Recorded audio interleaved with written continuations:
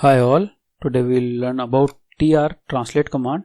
Okay, so I have created a file called file1. Okay, we have some small lowercase a, b, z. If you want to translate that, then we have a command tr. Character you want to replace. The character you want to replace with, like I am lowercase replacing with uppercase, and I am giving this command input of this file 1.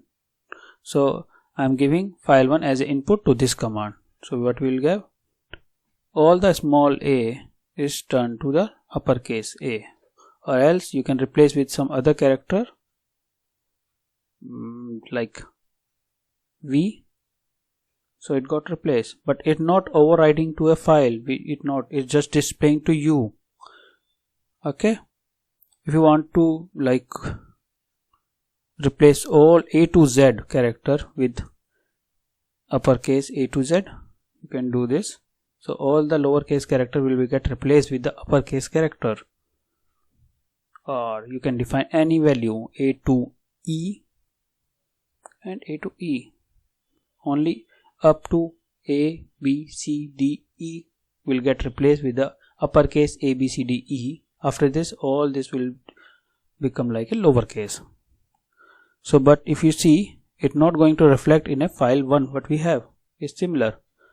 So if you want to transfer this, like translate lowercase a with capital case A, give an input file 1. Okay, and redirecting this output, I am just taking this input for file 2. So what's happened here? File 1 is the same like earlier, but we got file 2 created with the output of that command. So output of this command, see this traa take input from file 1.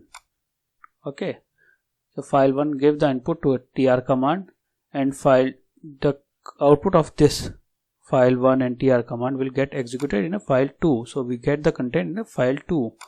So tr for the translate. So if you want to translate some character or some word to other, or else you can do what you can do this, see. So you can replace with tr aa with tt input file 1. So you can replace 2 character or 2 character with the 3. Okay, but it will apply to 2 character only. So you are translating those 2 character. You can't translate 2 character with the 3. Okay, so you have to translate in this manner. So you can translate any word, any character using this command, but this is not going to impact your original file. If you want to make changes to this, you have to redirect this output of this command to some other file, and you can use that file for the further reference. So that's all for today. See you in the next session.